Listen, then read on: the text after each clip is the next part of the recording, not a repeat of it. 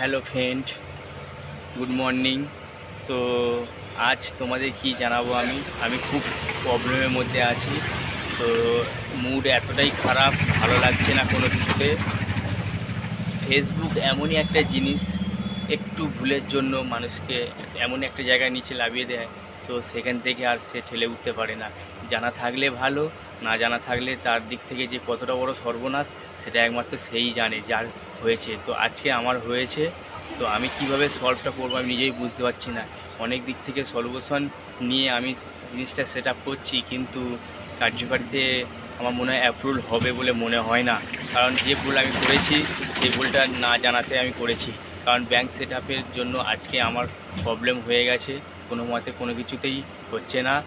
আর দ্বিতীয়ত সব দিক থেকে রিলস বোনাস